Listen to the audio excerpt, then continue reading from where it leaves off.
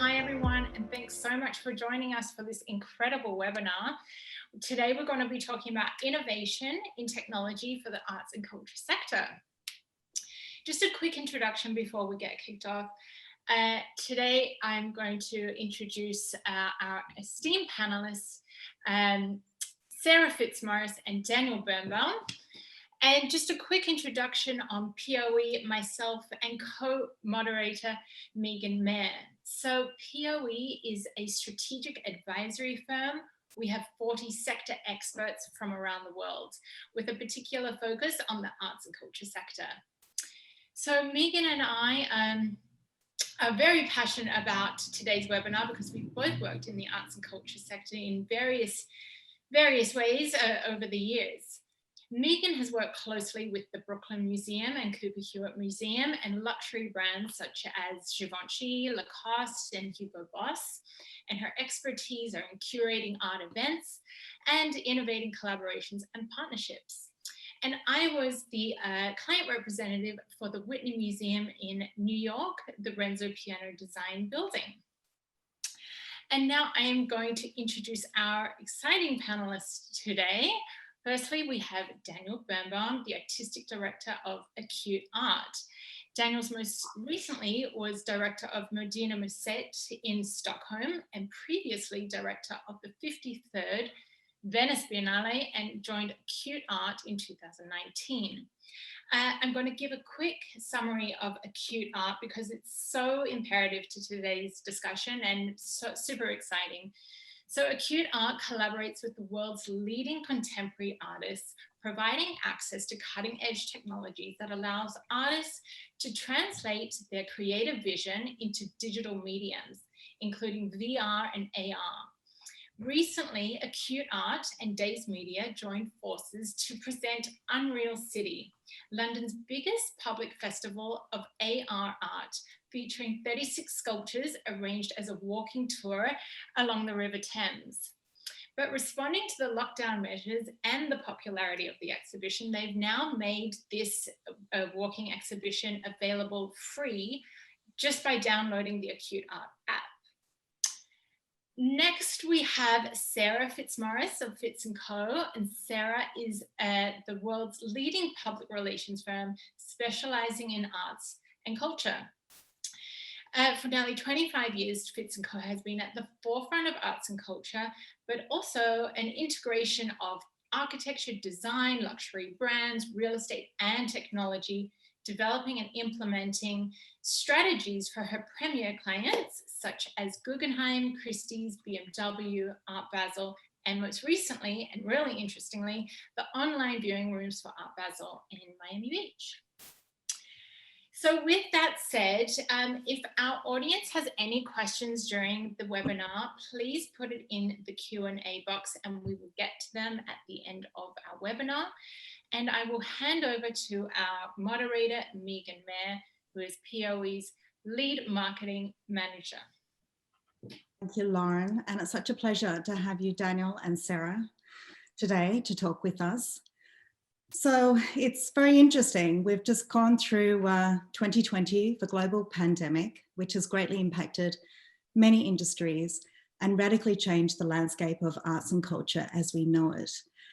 The adoption of new technology is accelerated at a rapid pace, and whilst it's presented challenges to the industry and audiences alike, it also offers many opportunities to make art more accessible. So new platforms have been developed to create interactive environments and educational tools. It's also provided the public with a new form of engagement and connection in place of the normal physical environment. So Daniel, as curator and director of Acute Art, you really are at the forefront of exploring new immersive media in virtual reality and augmented reality in collaboration with the world's leading artists, including Jeff Koons, Oliver Ellison, Cause, and Christo and Jean-Claude, to name just a few. So can you explain to us the developments at Acute with the recent Unreal City, London's biggest public festival of augmented reality, and the impact it made on the industry and the participating artists and audiences? Yes, thank you. Thank you so much for inviting me. Thanks, Lauren and Megan, and really pleasure to be with Sara here on this panel. Yes, so I'm actually, not someone who has developed apps or, not a very techie person from the beginning. I have been a museum person, and I've been running an art school, and I've been in Germany, and I have been involved with biennials all over the world, including Venice, and so from a kind of personal point of view, this is simply an adventure to see can one work in yet another kind of context, not the school studio, not the biennale structure exhibition, not the traditional modernist museum, but something new. And it came out a little bit out of an interest that I have had in the dialogue between art and new technologies. And there was this American initiative called EAT, Experiments in Art and Technology, that involved some of the most important artists in the 1960s, including John Cage and Robert Rauschenberg. And the key technician there was actually someone from my country, Sweden, called Billy Cleaver, but he became American. He worked in New York at something called Bell Labs. And during all the years that I was working with the very important collection, Moderna Museet in Stockholm, one of the significant modernist collections of Europe, actually, with a strong presence of American art and the pop artists, we always looked into that history. And at some point, I felt wonderful to think about John Cage, but this is actually 60 years ago. It's almost a little bit nostalgic to go on about this, even if I love John Cage. What would that be today? What would EAT be today? Their vision was to kind of introduce new technologies to significant artists. And, what are significant artists? Do we know who they are? Well, in their case, I have to say, they did actually work with significant artists, including Rauschenberg and Andy Warhol, and very American actually. But then it became an international project, EAT, and maybe this sounds like too grand, but I hope and think that we're doing a little bit the same thing, but half a century later, that we're introducing contemporary artists who are significant for different reasons. Signature style. I mean, people who are not necessarily niche and just involved with new technologies, but and there are great institutions who've done that for many years, and say MIT, or there's something in Germany called the ZKM in Karlsruhe. For them, these digital possibilities are not new at all. They're like many years or decades old. But what has happened lately is that we all have these computers in our pocket, like an iPhone, for instance, and it's becoming part of our everyday life. It's no longer a kind of specialized and slightly nerdy world. AR, especially augmented reality, is something that will be part of our everyday practice, I think. Not only in the art world, actually, in IKEA already has an AR app. What could be more mainstream than that? So our idea was, a few years ago already, to kind of see, it was almost a philosophical idea, actually. What happens if significant artists get access to this? So since I've been working with some of these people in the more traditional art world, I actually, asked Jeff Koons and Marina Abramovic, who I was working with back then, and we produced our big European retrospective, and Olafur, who's a close friend, if they would try this new medium, VR, actually. And not everyone maybe is kind of fully maybe informed what the difference is. I would say, VR is the totally immersive, overwhelming medium where you're kind of in another space, and where the illusion of being transported to another place is complete. But it has limitations because you have to wear a headset, and you disappear into your own world, and you come back, and maybe you want to go back to the VR world, or you're happy to be back in the normal world. But we did a few works with these people in VR, and that was very interesting, because they did it for very different reasons. Marina wanted to produce a perfect avatar of herself, And Jeff, as we all know, is a perfectionist. Nothing is perfect enough. No object in the world is shiny and, and perfect enough. But in virtual reality, of course, he could do this unbelievably perfect ballerina. Yeah. And Olafur has always been interested in the, the limits of human perception and, what perception is. So he made this almost minimalist piece, a kind of a waterfall, a rainbow-like space that you could enter, and that was the beginning of Acute. And Acute Art is in London. I join you from Sweden now, but it's just because London is unbearable at the moment. Then we always thought that we can't just work with the signature style superstar artists. We will work with lots of different artists. And now we are with younger artists from other parts of the world and people who are very involved with technology already. And we always thought that, there's a philosophical aspect to this. It's interesting simply to see what artists come up with when there's a new visual technology. But I also thought that, in the future, the conversation about the climate crisis will lead to new challenges, and maybe the art world as we knew it will not seem ideal, where maybe we fly to another continent for a weekend and sell art that is shipped there by airplane, and then we take the painting with us in the hand luggage and fly home. There must be other possibilities. And then, and then came COVID, which was, all the things that I thought would become urgent, maybe they are urgent already, no doubt, but that the conversation would lead to necessary changes. But all of that was fast forwarded, and suddenly it was no longer a hypothesis that this will be different in the future. We were locked into our own apartments, and regardless, almost everywhere in the world, you could not travel, you could not go to museums, you could not go to galleries. What can we do? And that's when we emphasized augmented reality works, because they're so much easier to produce, most of them, at least the things we have done, but also much easier to distribute, and they can reach. There's really a democratizing possibility here that you can reach far outside of the gallery world or the art fair world or the museum world. Even if museums are big, they're not that big. A few million people, considering how many people there are out there who theoretically could be interested in being, involved with the aesthetic world, the art world in the broader sense.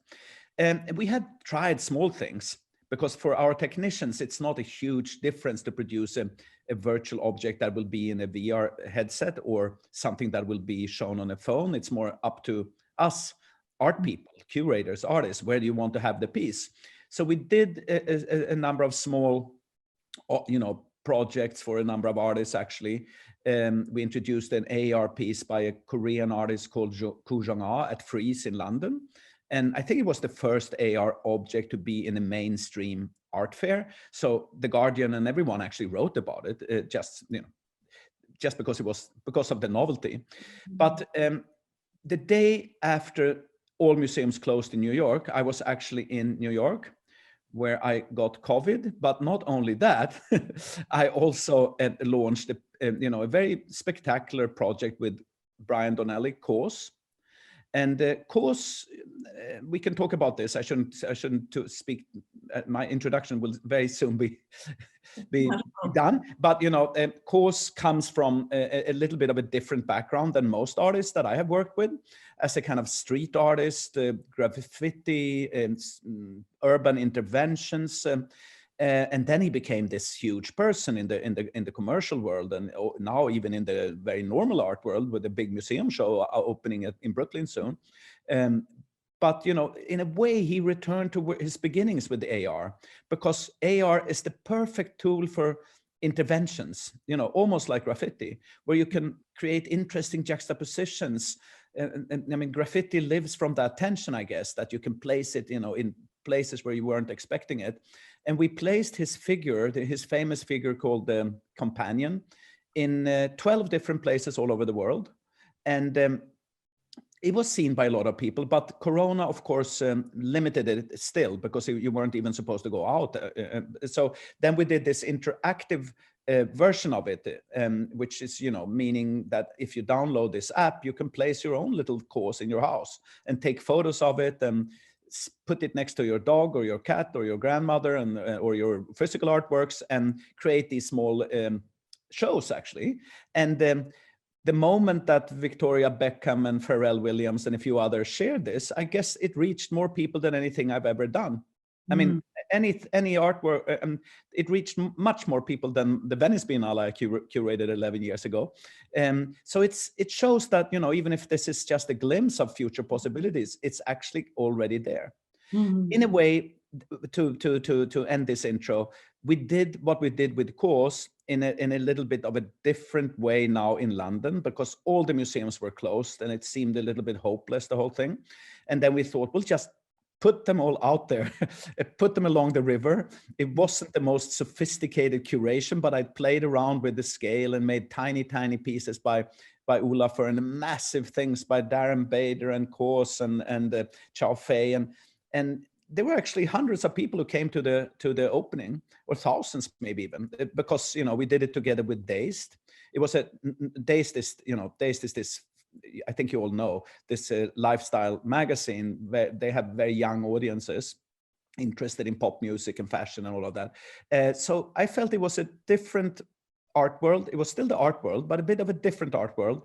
And when everything else was closed, we actually opened a massive electronic biennial style show. So I felt very privileged in that sense, being a curator. I mean, I'm not developing this from a technologist point of view. I'm also not necessarily involved in the commercial art world. I've done most things in the art world, but I've never bought and sold art for a gallery or for an auction house.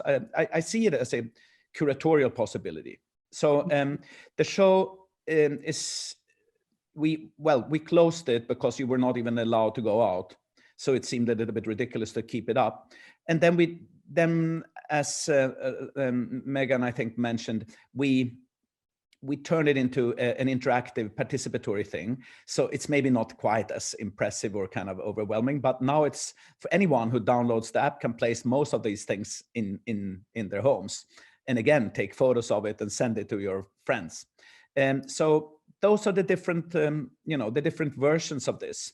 VR, AR, geotagged, there's this game called the Pokemon Go that I think you all have heard of. And when you do a show like this in the public sphere, it is like Pokemon Go, but, it's getting more and more sophisticated because you can place these things in a much more exact way. With Pokemon, I was never part of that, but you had to run around and find the things because they were floating somewhere. But we can now place things in a very exact way, and so it opened up something new for art, I think, and I think it will change the idea of what an exhibition can be in the public sphere, and maybe it will change things in the institutional structures too. We can get back to that. Yeah, it's fascinating, and I love the fact that it's making art far more accessible, and certainly there's been a lot of trials and technologies explored and collaborating with the artists, and that's the most exciting part, is bringing these artists at the forefront and working closely with them. And I think it's especially important that it starts firstly on the curatorial front, but obviously technology will help lead it. I'm very curious to hear from you if you foresee these technologies igniting a brand new art movement. I mean, very similar to how the introduction of photography and print production completely altered our understanding of what an artwork can be, obviously going back to the beginning of the century. But this feels very similar to a transformative medium that potentially could become the norm in how we see and interact with art. What are your thoughts on that? I mean, I think that, if we look back all the way to the 19th century, we can say that it seems like maybe once or twice in every century, there's something introduced that changes everything. Not just art, actually. It changes much bigger things than that. But what an art piece can be. I mean, not just how you distribute it and how it reaches an audience, but actually the very ontology of an art object. What is it?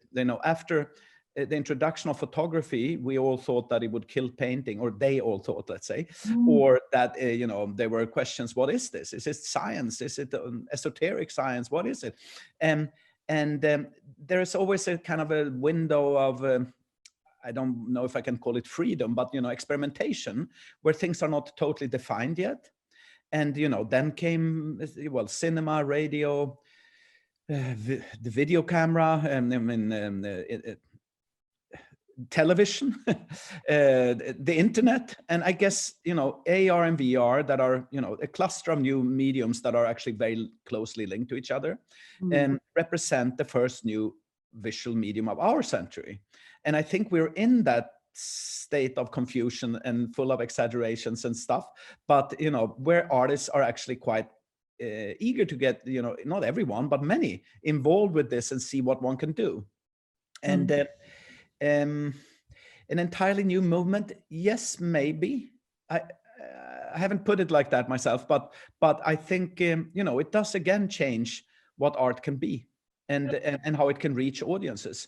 And I think it will have big consequences also for the institutional structure of art. I mean, maybe I'm not quite sure what I'm saying here, but I do think that there will be, curators like myself, we were often invited to fly to another country, have a conversation about urgent matters like global warming, and then fly home again. And that was maybe, a little bit absurd now that I think back. And we will need to travel, I'm sure, and people like to meet each other, not just the way we're meeting here, but maybe there will be, local audiences, local events that are linked in different ways. I was asked to write about this for ArtNet just a few weeks ago, and I did this together with Phil Tinari, who's the director of UCCA in Beijing, American guy, good friend of mine, and we did a tiny version of what we did in London in his museum. So there were, I think, 6 artists. Again, the people that we have worked with, Olaf Chow Fei, Nina Chanel, Kos, and we placed them inside and outside of the museum. And supposedly this was curated by me, although I never left my kitchen in London. And it's a little bit of an interesting thing that we can do these things. And in that article that we produced for ArtNet, I was reminded of techno pioneers like. I once did a show with Kraftwerk, the German music group, and that's 10 years ago or something. But and then I read this book about them where they were dreaming of future possibilities where they could have concerts at the same time in different cities, and in Moscow and New York at the same time, and maybe Tokyo and LA too. And there would be these robots performing their music, and in a way, that is already that. And they were thinking that they would trigger this from mini computers in their pockets whilst bicycling, and it's not exactly what we're doing, but people actually do have these mini computers in their pockets now, and AR is much easier than building remote controlled robots. So I mean, what seemed very futuristic 25 years ago when they wrote this is now still kind of futuristic for me now, although it is part of our everyday life, because we have, the first thing you grab in the morning, most of us, is the telephone, and it's a very powerful little thing. A new iPhone is an unbelievable thing. It is. It's well, we're involved in this movement, whether or not we're actively participating or passively participating, and it's a part of our everyday lives. That's just fascinating. Thank you, Daniel. So over to Sara Fitzmaurice of Fitz & Co. Thank you again for joining us. You've certainly seen the art fair and Biennale models that have dominated the international art world for decades, transformed overnight and embraced new technologies for its audiences to engage through virtual platforms. I mean, for an industry that thrives on bringing collectors and exhibitors together physically to view art and to engage and make transactions, what are some of the innovations and changes adopted by your clients that you've actually noticed, for example, Basil? Thanks for the great question, Megan. And Daniel, it was super interesting to hear you, and I've been following Acute Art closely, as have some of my clients. It's interesting hearing Daniel talk about AR, and as I was preparing some ideas or thoughts for our talk this morning, I reflected on an experience I had a couple days ago with my 18-year-old daughter. I'm quarantined with my 2 teenage girls, and of course they spend 24/7 online and are complete natives. My daughter wanted to get blue light glasses, and so she went on the Warby Parker app and put on AR glasses, and we all tried on these great attractive glasses, and it was so normal for her. It wasn't even new or exciting. It was just like, oh, I need to try on glasses at home. So out comes the Warby Parker AR app, and end of story is we all bought blue light glasses. They're still coming in the mail. And I thought, what does this mean? And I think what it really showed is it connected up this link that I have been mindful of for a good number of years, because we were one of the first agencies of our kind to offer digital marketing services. The art world is behind the consumer. We are so far behind the consumer. And when I say the consumer, it could be a buyer of art, it could be a lover of art, it could be a museum goer, anyone who wants to have an art experience. We're trailing the consumer, and we're not paying attention to that. We all are digital natives to some extent. We buy on Amazon, we go on apps, we have apps, and then we get to work and we sit down at our art world desks and we become completely analog. And it makes no sense to me, and it has not for a number of years. So fast forward to January 2020, I'm in Basel for an annual summit with the whole team. I've worked with Art Basel since 1996. My agency has. And they're faced with the super challenging decision of, should we face Hong Kong? Of course, the pandemic started unleashing its consequences in Asia first. And so indeed, the difficult decision was made to cancel Art Basel in Hong Kong. It was the first hit to our art world ecosystem and community. And then, everyone's like, now what? And what that moment showed is it brought to light this fact that the art world is trailing the consumer. Art Basel was very quick to innovate, and Art Basel is not a technology company, and it's challenging for any and most players in the art space are not technology companies. Daniel happens to be one of the few. So how do you take not a technology company that has expertise in a physical space and transition it online? It happened very quickly. Art Basel was swift on its feet. It actually had online viewing rooms in development, luckily, and it was meant to be rolled out as a parallel to the show, because operating on 3 continents, of course, they're mindful that not everyone is going to get on a plane for every single edition of Art Basel and fly to Hong Kong or Switzerland or Miami Beach. And so they did have this, but they rushed it to market and they launched in March. And then they learned with the 5 OVRs that rolled out last year. There's my normal alarm to get up at 6:30 in LA. Sorry about that. And they learned as they went, and they also watched their gallery partners innovate. Some of the galleries began doing sort of online experiences over Zoom, taking collectors on tours, or saying, hey, can we offer a studio visit? And Art Basel's like, great, let's do that. So instead of 1 studio visit, there became many because they offered it on the platform. They also, with their global group of VIP relations representatives that bring collectors from all over the world, they began hosting walkthroughs for collectors. I hosted 3 of those in which we invited galleries to participate, and we actually met together with a group like this, and we walked through a gallery or an artist studio with co-hosts. I had Joaquin Pissarro do a walkthrough with me, the esteemed art historian, Troy Carter, the super interesting collector based in Los Angeles.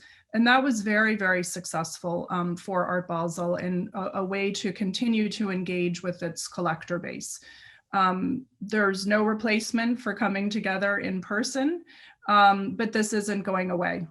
There's also no replacement for seeing non-digital art in its native format, just to be in front of a painting, to stand in the foundation byler and look at the incredible that's one of the most beautiful museums to see art. That you can't replace that, but this is the way the world is going. And when I look at Gen X and below Gen X, Gen Z and millennials, they don't know any different. And anyone who's not paying attention to the way in which those communities want to interact with art and have experiences that's completely disconnected from the commodification of art is going to fall behind very, very quickly. Mm-hmm. Sara, so can I just ask, how quickly did it take from going from March, knowing that Hong Kong had to be shut, to creating the virtual rooms and doing the tours? Was it a really quick process? It was weeks. It was weeks. We canceled the show early February. I know some of my colleagues from Art Basel are on the line. We canceled the show in early February, and the first online viewing room rolled out in March, and it was timed with when Hong Kong would normally be gathering in person. That's extraordinary. So it was a big challenge, but they really met it and stepped up. And you know, importantly, they gave an outlet for their gallery partners to continue on with their businesses. And some of the galleries had very strong OVR sales results that really rivaled in-person shows. And Art Basel recognizes that. And I think the ongoing plan is to continue in parallel to have an in-person show when it's safe to come together and do so, but to have the online run right in parallel with it, and to have them be integrated. And you know, it touches on what Daniel was saying about doing events globally that people can participate in without physically having to be there. And I think that concept will continue to be developed and important. Mm-hmm. Okay. Yeah, this is, I wanted to actually open up the conversation to both Sara and Daniel. Sara, that's very insightful and interesting to hear, you know, what transpired in 2020 with the, you know, the likes of your Art Basels, and how that greatly impacts the gallery world and also artists, because I know that we were all just, I guess, in trepidation of, will we sell art this year, and how will that have an impact? And it's quite extraordinary that there were lots of pivoting changes in technology and people were able to rise to the occasion. I guess 2020 pushed things, it fast-tracked things. It was obviously in the background, but it pushed it forward into production. So we're now in this space. Right. And as a result, we're seeing positive impacts, and we're still in learning curves on a number of different areas as well. But I'd like to I was just going to add one thing.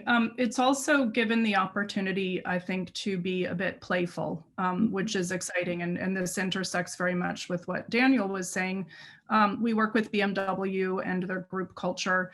And 2020 was a really challenging year for BMW group culture for the same reasons. Normally, they activate on various event platforms and in-person platforms.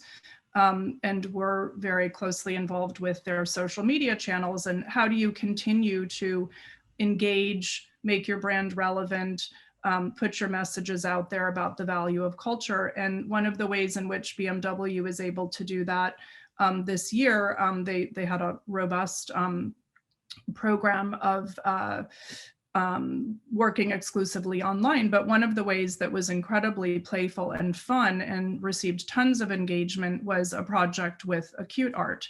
Liu Yang created this incredible gigant doku, and it was AR, and anyone could do it from your phone. And you know, it was shared on social, and it was shared with influencers and BMW group culture. And it was this really fun, playful, memorable experience, where the day that it was available, or the day that BMW really put it forward, seeing all of these different people interact with it. And it was like, oh, there's Mark Spiegler's giant doku in Zurich or Basel, and you know, there's Sarah's in Venice and Los Angeles. So it became this really fun. Daniel, I just loved that, and we got so much engagement for BMW on that. Right. No, that was fun. It also happened very, very quickly. We produced that over a few weeks. And they were already working with Lu Yang, a very interesting Chinese artist who was planning to do a journey to different cultures where she was exploring, you know, the anthropology of dance, basically. Yeah, the BOW art journey. Yeah, in India and in Japan. And so what we did was one dancing kind of giant, a huge person. And I actually placed that dancer in the park here in Stockholm just a few days ago to see what it looks like in the snow. And it works quite well. But yeah, there are a few questions I see here. And you know, I'm not sure I can answer all of them, but I can kind of speculate with you. I mean, one is like, how will these new technologies change the role of the curator? I guess that is something that I should have an answer there, but I'm not sure I do. I mean, so far, I would say, I mean, when you curate, it's often about selecting artists and, you know, getting involved with artists, producing new, interesting, you know, finding the right people for the right context, I guess, is one of the things that curators do. And it doesn't matter what medium or what institutional context. But, you know, VR, I don't really know what it is to curate VR. I did a small show for Frieze New York, which, you know, I wanted it to look interesting from the outside, even for people who did not look at the art. People looking at art are almost as interesting as the art itself sometimes. So I created this kind of, I think, quite cool looking lounge where people sat on chairs that could rotate. And we had these wireless headsets, because some of these devices are just so ugly. I mean, they're not very appealing, but some of them are now getting quite beautiful, and they look almost like, I don't know, the kinds of glasses you wear when you go skiing or something. I mean, they're getting there. And so that was 2 programs. And of course, putting together virtual reality programs is almost like maybe curating a film festival or something like that. And so that was one kind of curating. The thing that we did in London along the river, I mean, as I said, it was also happening very quickly, and I did my best, but that was a little bit like walking around in Venice and placing things in space. We just placed them in different, and then we wanted it to be clear where one could find the AR objects, because this was in the public sphere. And, you know, there are many things to say about this public sphere issue also, that, you know, there doesn't seem to be legal structures in place yet. We did get, you know, permission from the City of London, because we actually, Dazed wanted to ask, and they asked, and it was okay. But we could have done it without asking anyone. It's kind of not so clear what one can do and not do. And we did a piece with one of the artists who was in that show, Nina Chanel, very interesting American artist who is, you know, political thinking person who was, you know, quite involved with the Black Lives Matter related activities. And we placed her big spiritual leader, looks like a black Jesus to most of us, in Washington. And, you know, for a little while, I think we were thinking maybe we should place it on top of the White House. We didn't do that, but I think maybe we could have. I don't know if there's shields or something that could. Anyways, curating is in the public sphere is a little bit like creating art events in a park or something. I mean, the very, very first thing we did with Koo Jong-ah, this Korean artist, was almost ironic, because, you know, to do a kind of innovative technological thing in the most conventional, almost boring of, you know, a British royal park with the sculptures in it. It's like the most conventional you can think of. But then suddenly, you know, there was one place where there was you know, just a sign, but nothing to see with your bare eye. And that's where her AR piece was.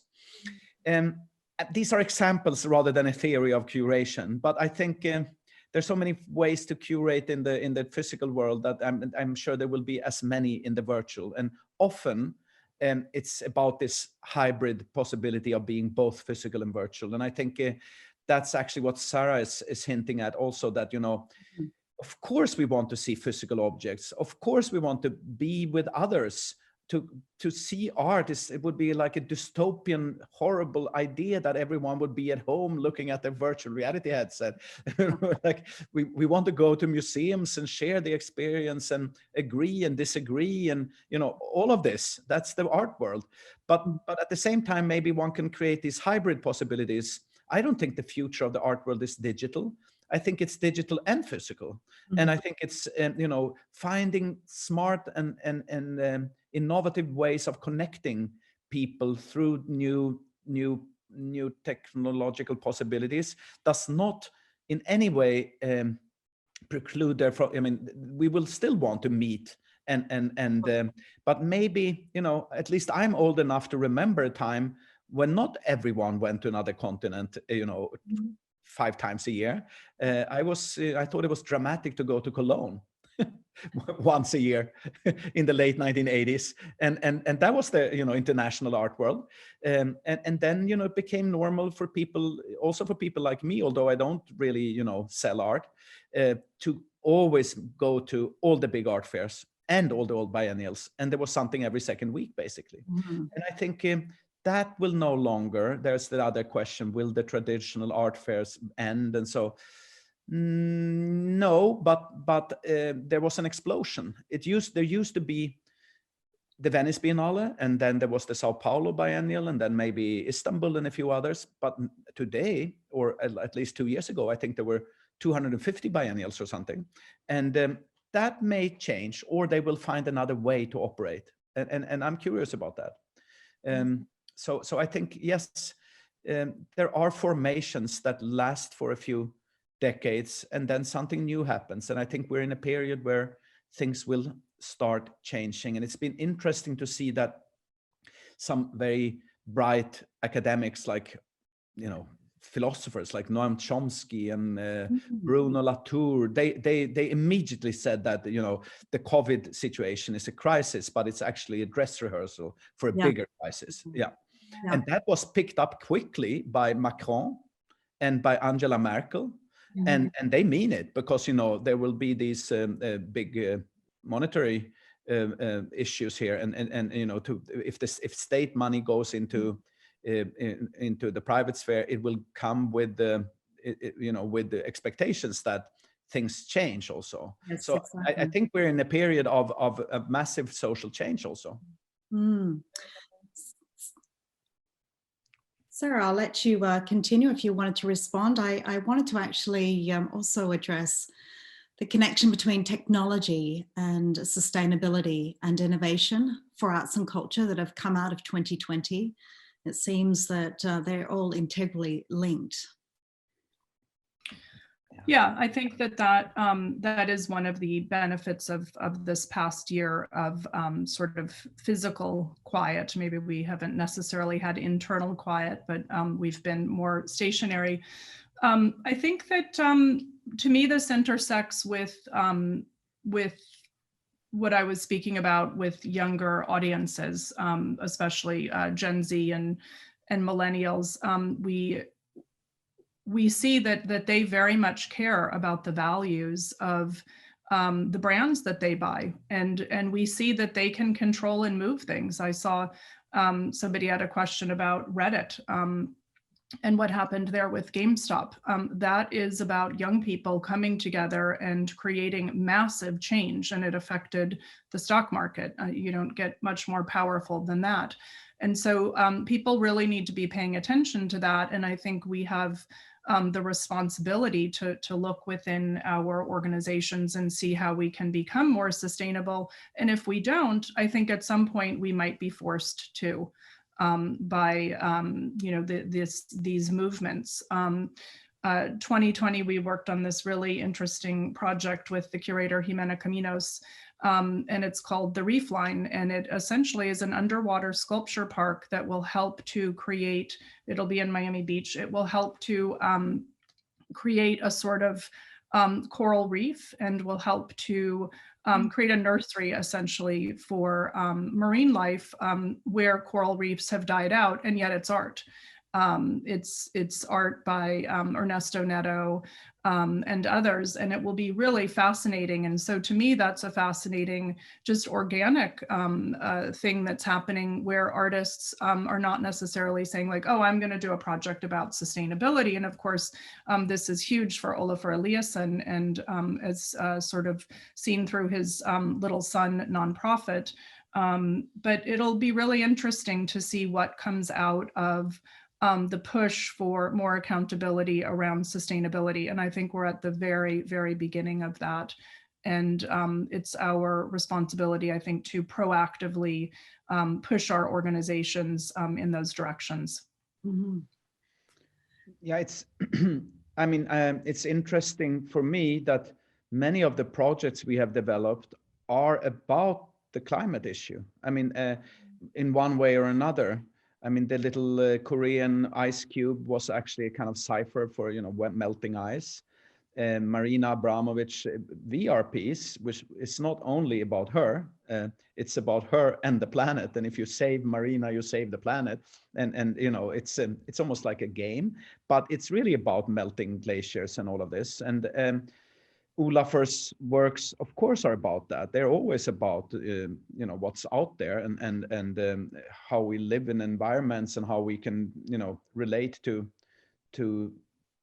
nature. And we're also working with a person who used to be an assistant of Olafur, but who is now a world famous artist in his own right, Thomas Saraceno, who's from Argentina, but who was actually a student of mine in Germany 20 years ago, and then he worked for Olafur, but now he is, you know, obsessed with certain natural phenomena that I think he finds more. I think he would say that, you know, certain structures you find in nature are at least as artistically interesting as what we humans produce. For instance, spider webs. He has, you know, the biggest collection of living spiders in his studio. And the web is something he is interested in. And we did put his big, monstrous, scary spider at the river. And some people are really frightened by spiders. I'm not. So I didn't really know that, you know, I hate rats and other things, but I have no huge, you know, phobia when it comes to spiders. But people actually thought we should have warned them and things. But for him, it was clear that, you know, he didn't want, first he was even hesitant to put the spider there because he doesn't want to have like a big, cool horror movie like Mega Spider. He wants to raise awareness and even funds for research. So this was a kind of first chapter in something that will be rather complex. Mm-hmm. And he wants us to develop a special app where you can take a photo of a real spider, and if you send the spider to him, he will release the spider on your. I hope we can do this, but you know, a rather complex thing, which is also going to be a fundraiser for people engaged in, you know, the fact that spiders are going extinct, many species, and yeah, he's, you know, very interested in a kind of critique of. Ultimately of an anthropocentric worldview. I mean, something that we take for granted, but you know, we see the world from the human's perspective, and there are political movements and philosophical movements and ecological movements that emphasize that the world has many perspectives built into it, and animals see the planet from a different perspective and through different organs, and the spider is a little.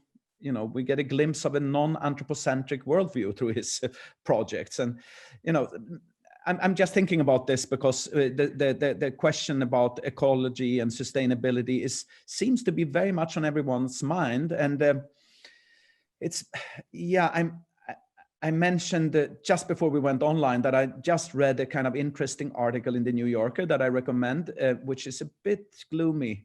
But it has to do with you know, the fact that not everything digital is kind of innocent or something. That, you know, people say that streaming music seems to be so dematerialized and, you know, virtual. But those server parks out there are not exactly innocent. They are huge and they suck energy, and it's a very important issue, this with the green internet. I wouldn't pretend that I'm now an expert on this, but I'm trying to learn that is very important, because streaming music, for instance, and I guess what we are doing is kind of very similar to that. We're streaming art. Although, you know, it's not streaming always. It looks very stable when you place the spider out there. But basically, it's, you know, things that are based on the cloud and on the internet, basically. And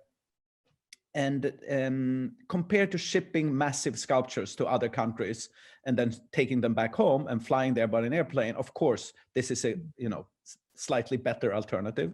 But it's also to do with, you know, developing the internet itself. And that's maybe a conversation for another panel with possibly other panelists who know more about this, at least more than me. But you know, it's interesting how everything is, you know, there's a big promise in the virtual world, no doubt, but there are also challenges.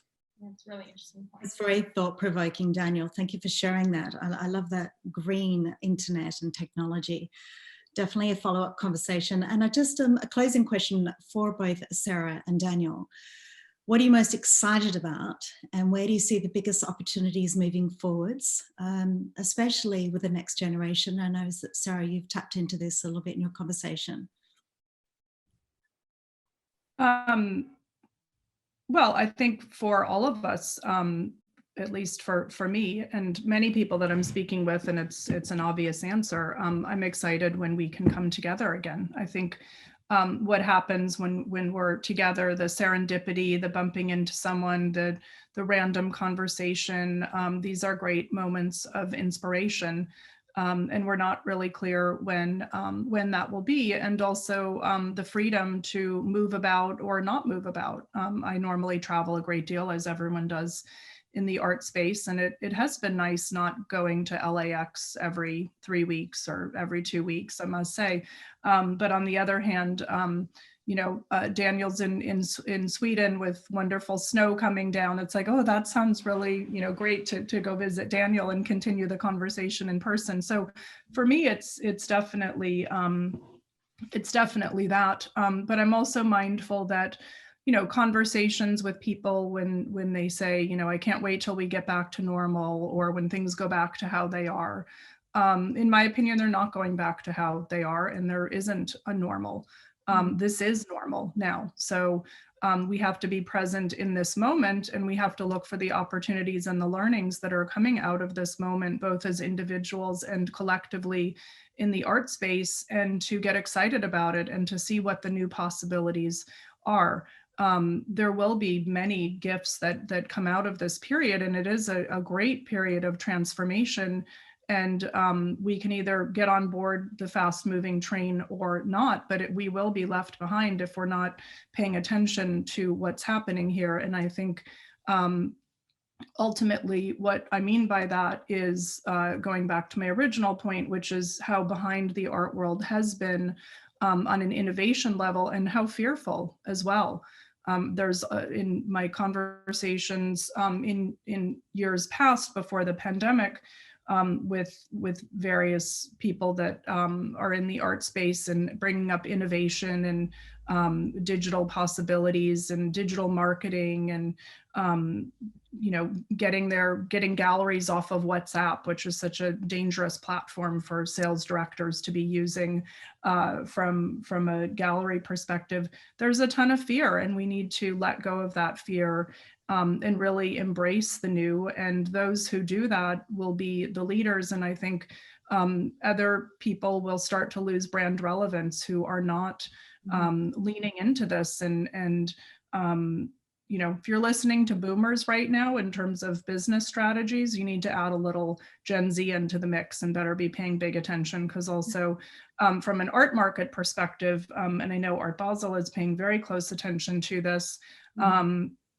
the young generation is the one who's really keeping the market going right now. Claire McAndrews did this incredible mid-year survey during COVID for Art Basel. She's the esteemed economist, together with an Art Basel UBS report. And we could see from that report boomers weren't buying during the pandemic because they're not comfortable buying online. Millennials and Gen Z are, and they really drove the market, and the price point where they were acquiring was much, much higher than people expected.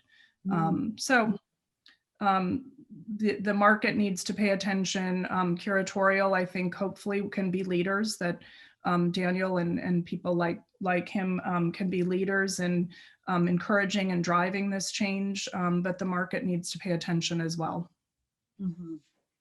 Yeah, I mean, I couldn't agree more on what Sara says, that, you know, we are longing for togetherness and being together, and at the same time, even this very meager Zoom platform that I love and hate because I'm on it all day long, and it does actually, you know, I had never Zoomed a year ago, or had I? Maybe I'd been, you know, FaceTiming or something, but here we are in LA, London, New York, and Stockholm, and with audiences all over the world, and questions coming from my own country here, from someone called Patrick, you know, interesting that even this visually meager platform actually does help us, and to develop this is very, very interesting. I mean, actually, this Patrick's question here about, you know, what are important innovations in the art luxury industry.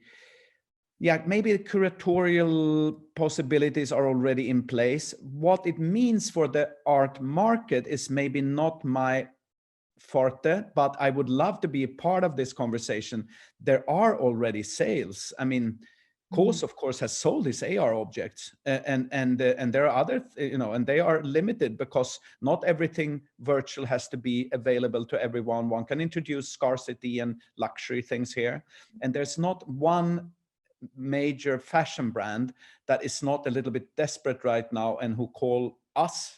And not that we can solve things, but just for inspiration, you know, what can one do when you can know normal catwalks and normal shows? And so that's a parallel world. It's not the art world, but it's rather similar. And they have the same challenges. And from some sort of art critical curatorial point of view, of course, my main interest and my, you know, the obsession of, you know, why I'm doing what I'm doing, and since years and decades, is that I'm curious about artists. What are they coming up with? And when there is this new kind of, well, we have a global crisis, so there will be reactions of every kind, and then there are these technical kind of paradigm shifts, and you know, the introduction of photography created the ready-made, maybe, you know, and then later on there was an American mass media situation that produced Andy Warhol's Brillo boxes. And who's the artist of this moment? Yes. These new immersive technologies are very, very powerful, visually overwhelming. What's the Brillo box of our moment? Is it Olafur Eliasson's AR son, or is it maybe Kos's, you know, omnipresent virtual companion? I'm not the person who can answer that, and I don't think anyone. But in 25 years, we will know.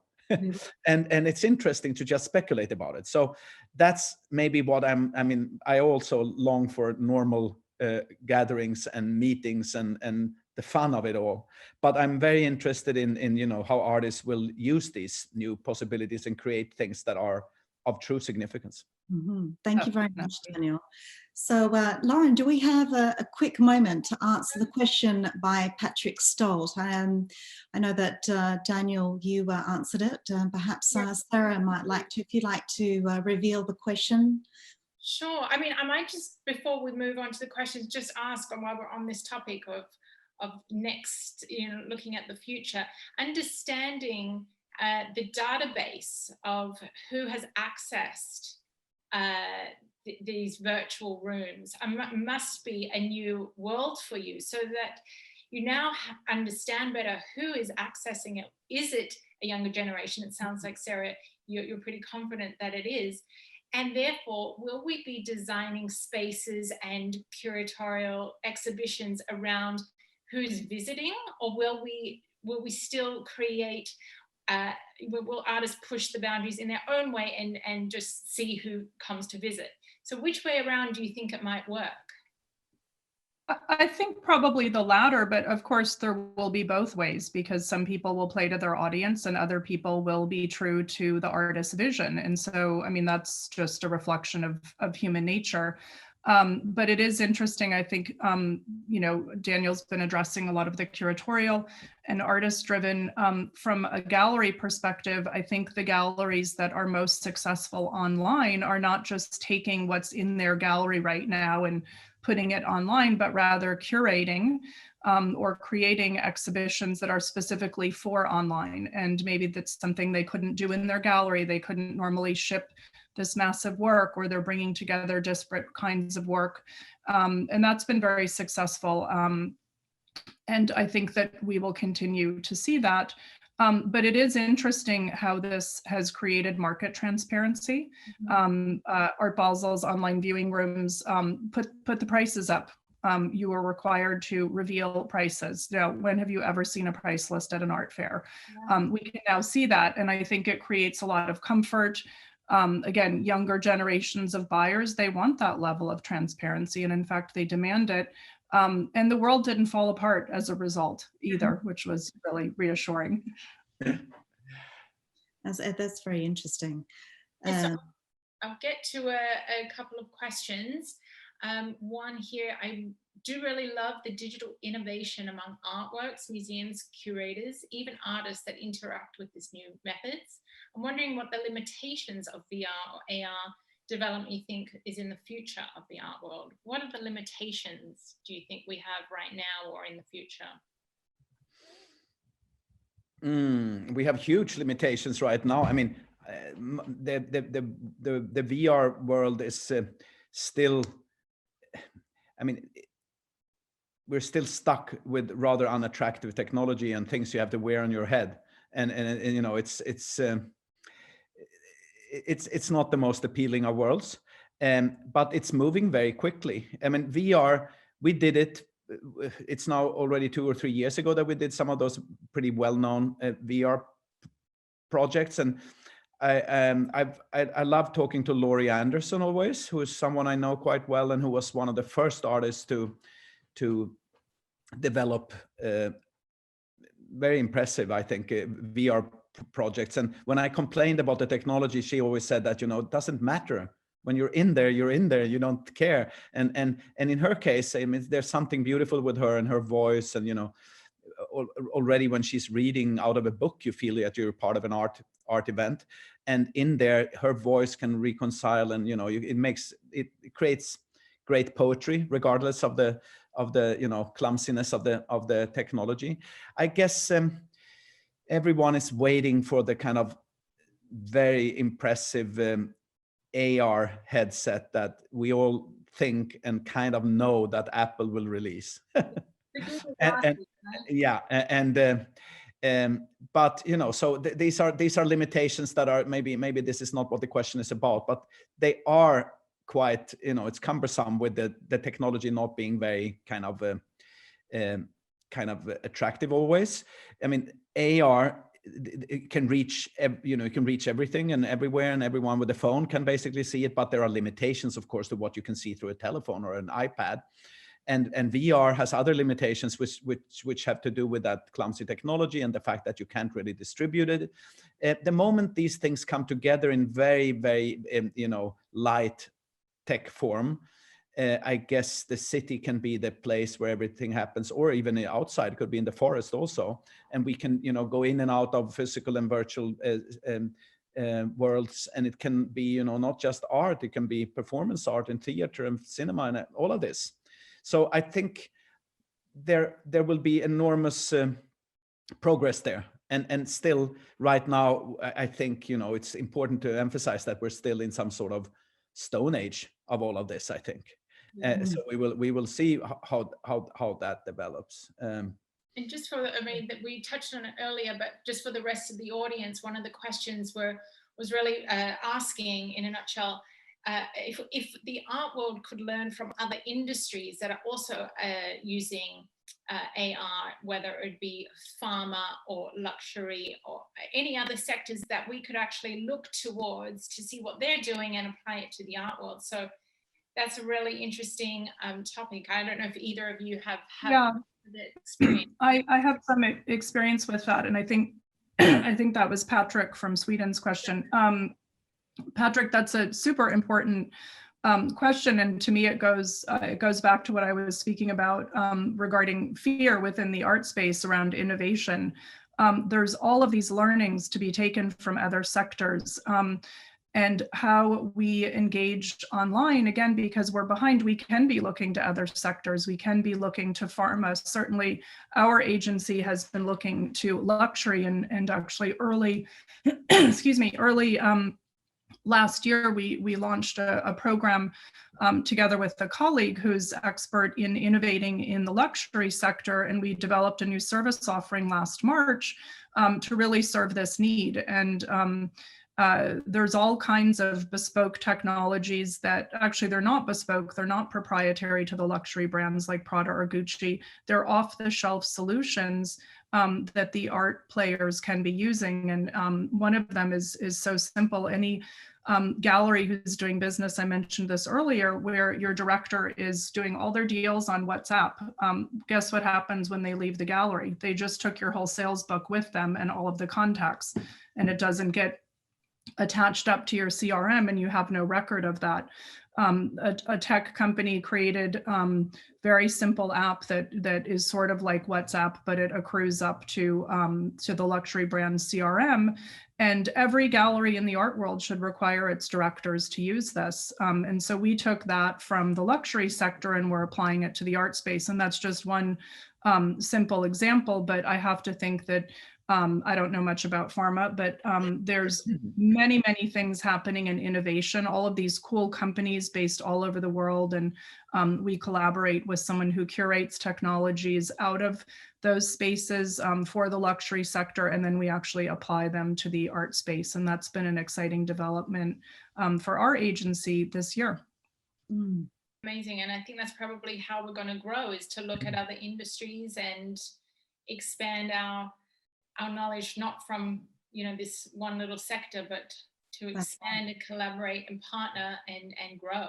So and really get out of our bubble, which I think Daniel's group has been pushing, but the art world has been this little insular bubble, and we need to sort of pop the bubble and be free from it and find the way forward using the best technologies that are available. And you don't have to custom build everything. There's also this notion in the art market of custom building everything, and it's wildly expensive and it takes a huge amount of time, but rather there's all of these ready to go technologies that can be pulled down sort of off the shelf and adapted to how our world works.